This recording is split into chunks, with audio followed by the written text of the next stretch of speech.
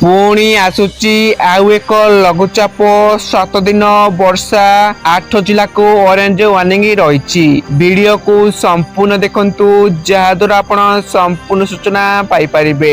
एवं जदि आपण वीडियो को प्रथम थर देखछंती वीडियो को गुटे गुटे लाइक सहित चैनल को सब्सक्राइब कर रखंतु जहाद्वारा आपण प्रतिदिन पाणीपाग सूचना पाई परिबे। तो आसंतु संपूर्ण खबर उपरे नजर पकेबा। मिलिथिबा सूचना अनुसार पुणी घाइला वर्षा भय बंगोपसागर सक्रिय घूर्णिबलय धीरे धीरे घनीभूत हेउथिबा बेले आगामी 24 रु 36 घंटा मध्य लघुचाप रूप नहीं पारे।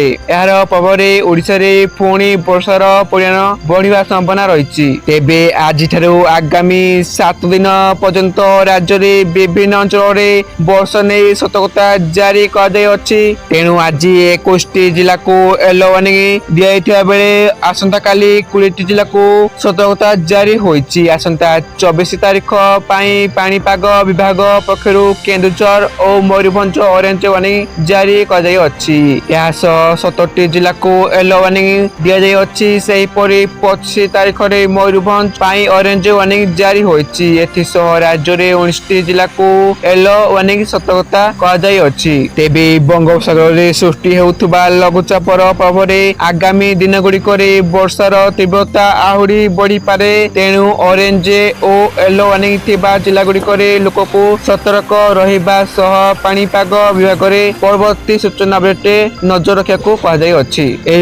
प्रतिदिन पाणीपाग सूचना चैनल को सब्सक्राइब रखंतु। धन्यवाद।